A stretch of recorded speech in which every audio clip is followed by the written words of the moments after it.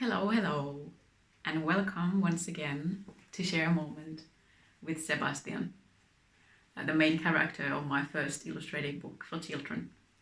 And today I want to read a little bit for you of the story. And the part I want to read goes like this. Sebastian walked into the bathroom to stand in front of a large mirror. He let his eyes follow the reflection of a long spotted neck, and indeed, it was long. How had he not realized this before now? Sebastian felt his neck with his hands. It was absolutely too long. For sure, even giraffes were not supposed to have necks as long as the one he had. The young boy turned to look at his neck from the side. Then he tried bending and twisting his neck in different ways in order to make it look as short as possible. However, no matter what he did, the neck always seemed far too long. And here's the illustration of the page. So I've mentioned in one of my previous videos that what this book teaches is what saved me personally from a severe depression. And this text that I just read is describing the kind of existence that I had, my life, the way it was when I was deeply depressed.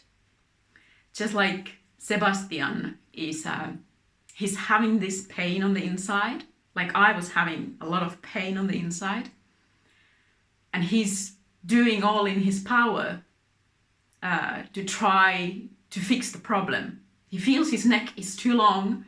He wants it to be shorter because he believes that if his neck was just shorter, if there was just this one thing that he could fix about himself, then everything would be good and he would be better.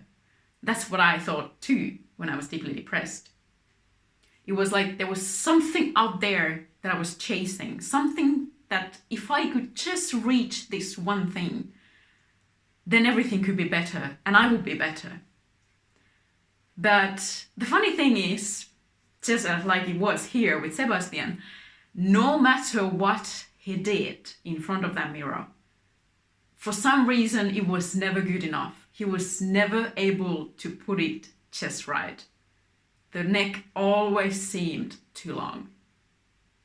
That is because at this point of the story, Sebastian hasn't yet learned the most important lesson of this book, which is what I learned, which is what saved me, was that it is not what we do on the outside, it's the voice that we have in our hearts, it's what we have on the inside.